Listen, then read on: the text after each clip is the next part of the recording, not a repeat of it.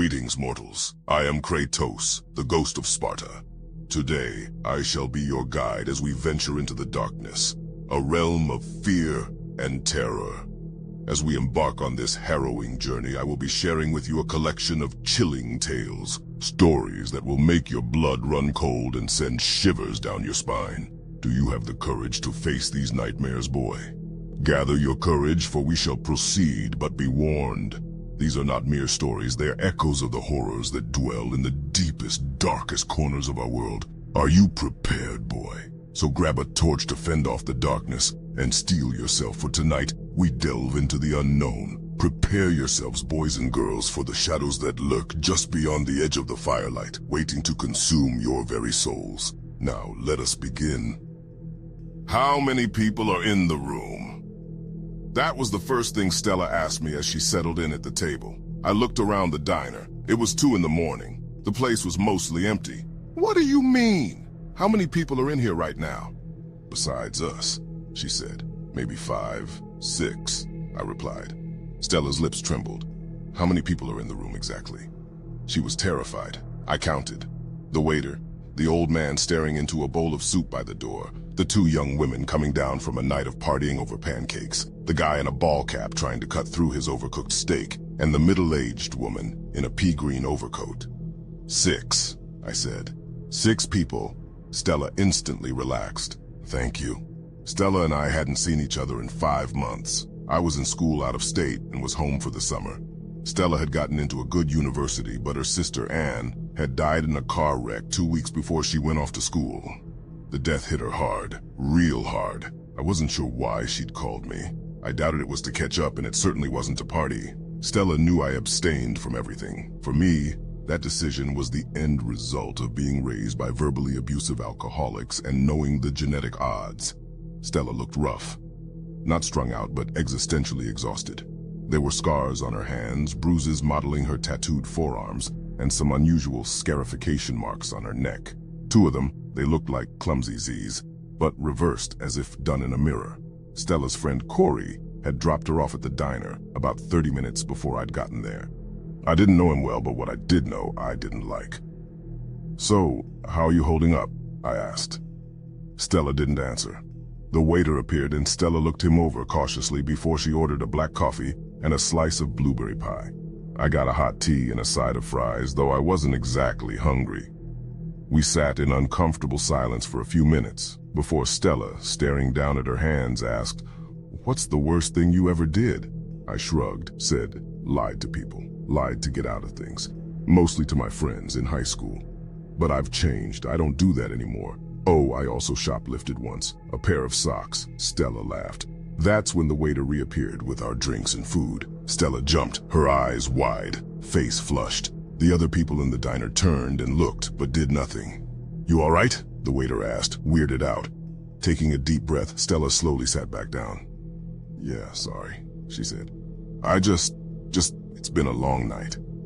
The waiter shook his head as he put the stuff down. When he left, Stella sipped her coffee and then she looked over the mug at me, her eyes tearing. "I did the worst thing you can do. I tried to kill someone."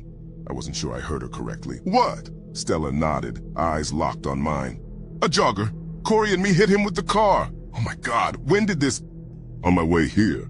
The blood drained from my face. "We should call the cops. He could still be there, hurt and—" "Don't bother," she interrupted. "We went back and checked on him. There was no jogger." "What's that fucking mean?" I was starting to lose it. "Please don't start playing games with me," I said. "I don't want to hear this sort of bullshit." "Isn't bullshit," Stella replied. "Ask Corey." I didn't want to call Corey. Stella said, "I didn't actually see the jogger. Corey did. That's how I knew." So I asked him exactly where the man was, and I grabbed the wheel, and Corey screamed at me as I made the car slam into the guy, sent him flying, like it mattered. Corey hit the brakes hard. He was losing it, talking about going to prison and his life being over. But I told him not to worry. That pissed him off something bad. When he got out of the car to go help the jogger, he just froze up because there was no one there. Road was empty. Me, I expected that. She took another sip of coffee and poked at the slice of pie with her fork, stabbing the crust and examining the blue-tinged tines in the dull fluorescent light. "See? It can look just like a person. Could be any age. Dressed any sort of way. It talks like a person, eats, drinks, does all the regular sorts of things people do. Doesn't exactly sound threatening, I know, but wait for the twist. I can't see it. This thing pretending to be a person, it's invisible to me. But you and everyone else, you can see it. I don't know what you're talking about. And I didn't. Stella finally looked up at me. 2 weeks ago, we were tripping. Me and Corey and this woman named Genevieve. She was the guide. This was at Corey's house on the deck. We dropped N-bomb, that synthetic MDMA stuff. We'd been using hallucinogens and trying to explore an inner mental space. Tripping together, sharing the same imagery. It's crazy how, if you're in sync, like emotionally and mentally, you can basically travel together. I know how it sounds, I do, but it was really working for us. We were, I'd guess you'd describe it something like astral traveling. We'd built this architecture, this city in our minds, and then explored it. Mostly it was made of shifting, beautiful buildings, structures that rose over us like mountain ranges, and, in this mental city, that's where we came across it. The diner door chimed as the two young women having pancakes left. Stella watched them go, then turned back to me. I didn't need an explanation. There are 4 people in here now, I said. She nodded, sipped more coffee, and then continued. Well, this night, we traveled deeper into the city than we'd ever been before. We ended up in a tower, had a spiral staircase. We all went up to the top floor and found a locked door. You're all seeing the same thing? I interrupted, not buying the experience. Yes. Stella's demeanor had intensified. The twitchiness melted away. We all saw it. Okay, so we get to this door. It's a metal door, dented but from the inside, bulging out. Like someone was kicking the door, trying to smash it down. Genevieve, she got scared, told us to not open that door, to stay far away from it. She said a Voyager was on the other side. Voyager? That's what Genevieve called it. Being a guide, she knew the sort of constructions we were exploring. She'd seen doors like this one, and she'd been warned about the Voyagers. The way she told it, they were like us. Explorers in inner space, but not from our reality. From another one, a bad one. But long story short, I opened the door. Why would you do that? Stella stirred her coffee, lost in thought for a second. As she did, one of the cooks quietly came out from the kitchen and sat at the counter. He flicked through a newspaper someone had left and glanced over at me. He nodded, gave a little smile. I wondered if he'd made the fries I wasn't eating. After Corey and Genevieve drifted away, Stella continued, still staring at her drink, I heard a voice on the other side of the door, my sister's voice. She was begging, pleading with me to let her out. I swear it was her, so I opened that metal door. Feeling the stare of the cook, I ate a few of the fries. They were cold, soggy. What happened? I asked Stella. When I opened it, something suddenly brushed past me. Something clammy, cold. It touched me, very briefly. There was pain. Stella unconsciously motioned to the Z scars on her neck, then continued. Anyway, there wasn't a room on the other side of the door, just a void. A deep emptiness.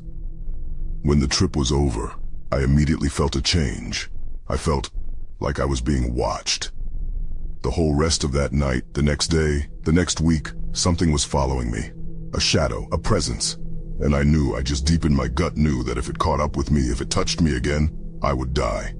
She kept stabbing at her slice of pie, breaking the crust, letting the congealed blueberries slowly tumble out in a little landslide of jelly. You told me that you can't see this thing, Stella.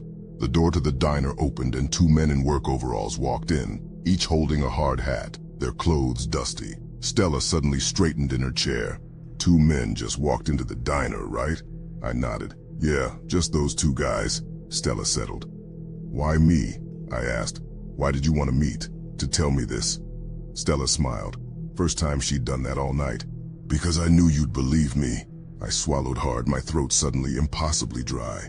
You've been a good friend. Stella blinked away, welling emotion. In high school, when things got bad, with boyfriends or assholes, you were the one I could confide in. The one that trusted me.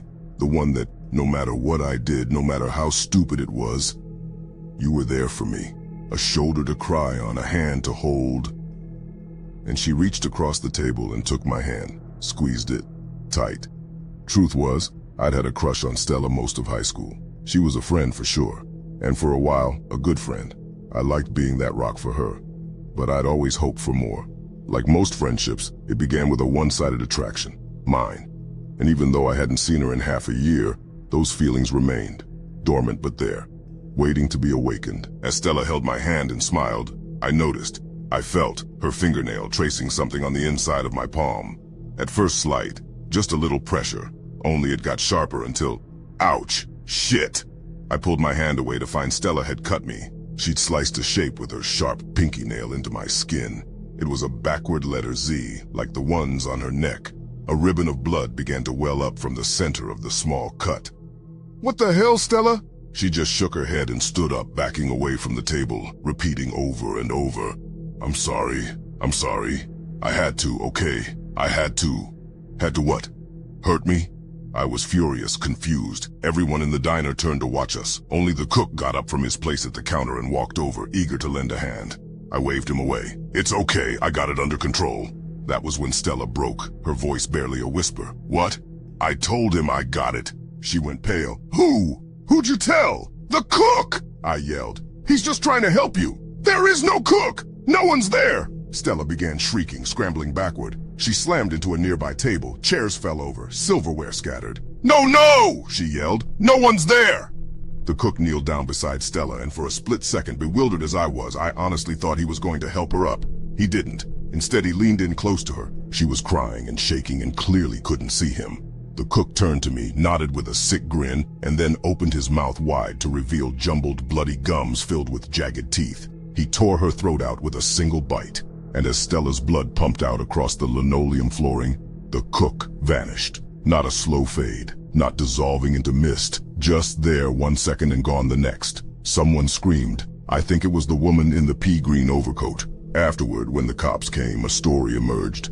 All the other people in the diner that night, they said Stella cut her own throat with a knife. Where she got the knife from and where it went, they didn't know. They also said that the cook had tried to help her, that he attempted to close the wound and save her life. The cops couldn't find him after the EMTs got there. When I went back to the diner the next day to ask about what happened, the waiter claimed they didn't even have a cook who resembled the man I described, the man I saw. It was as if, after Stella's death, all the details of her demise began to unravel, like the universe was erasing her from existence entirely.